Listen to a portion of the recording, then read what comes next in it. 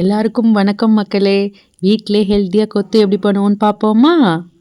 அதுக்கு ஃபஸ்ட்டு தவா எடுத்துக்கிறோம். தவா சூடானோன்னே 3 ஸ்பூன் எண்ணெய் ஆட் பண்ணிக்கிறோம். எண்ணெய் நல்லா சூடானோன்னே கடுகு ஆட் பண்ணுறோம். கடுகு நல்லா பொரிஞ்சதுக்கப்புறம் ஒரு கை நல்லா பொடியாக கட் பண்ண வெங்காயம் ஆட் பண்ணுறோம். நீங்கள் இந்த ஸ்டேஜில் பச்சை மிளகா வேணுன்னா ஆட் பண்ணிக்கோங்க, பொடி பொடியாக கட் பண்ணி காரத்துக்கு. நான் பாப்பாவுக்கு சேர்னால பச்சை மிளகா ஆட் பண்ணல. அப்புறம் கருவேப்பிலை ஆட் பண்ணிக்கிறோம். எல்லாம் நல்லா வதங்கினதுக்கப்புறம்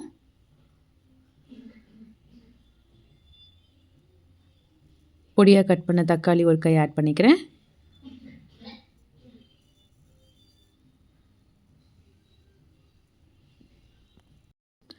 அப்புறம் இதை வதங்கிறதுக்கு உப்பு ஆட் பண்ணுறேன். இதெல்லாம் வதங்குறப்பவே நான் ஸ்பைசஸ் ஆட் பண்ணுறேன். மஞ்சள் பொடி 1/4 ஸ்பூனு, மிளகாய் பொடி 1/4 ஸ்பூன், காரத்துக்கு ஏற்ப நீங்கள் கூட்டவும் குறைச்சிக்கோ பண்ணிக்கோங்க. மல்லிப்பொடியும் 1/4 ஸ்பூனு,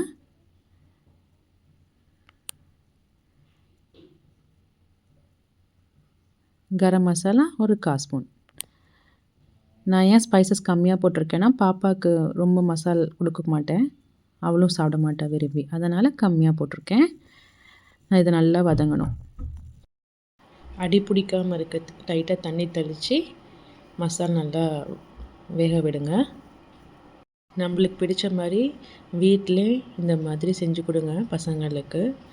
அப்புறம் பரோட்டாவை இந்த மாதிரி குட்டி குட்டியாக கட் பண்ணி வச்சுருக்கேன்.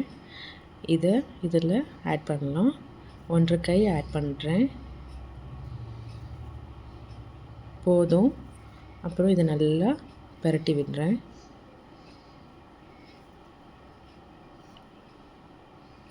நல்லா கொத்தி விடணும், அப்போ தான் எல்லாம் நல்லா ஸ்ப்ரெட்டாக ஈவனாக ஆகும்.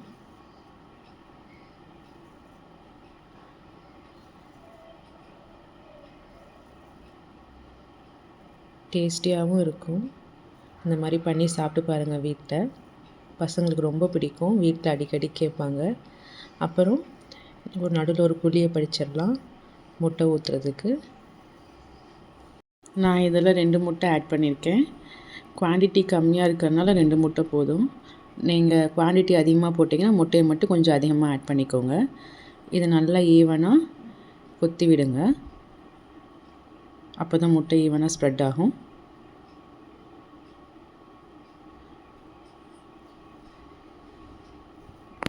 நம்ம இது எவ்வளோ கொத்துறோமோ அப்போ தான் அவ்வளோ டேஸ்ட்டாக இருக்கும். அதனால் இது நிறையா டைம் எடுத்து செய்யுங்க. நல்லா கொத்தி விடுங்க. செஞ்சதுக்கப்புறம் நான் அடுப்பு ஆஃப் பண்ணிட்டேன். இது பசங்க ரொம்ப விரும்பி சாப்பிடுவாங்க. அவங்க ஹாப்பினா நம்மளும் ஹாப்பி தான். எப்போவும் பாசிட்டிவாகவே யோசிப்போம். மறக்காமல் சப்ஸ்கிரைப் பண்ணிடுங்க. பாய் பாய் மக்களே.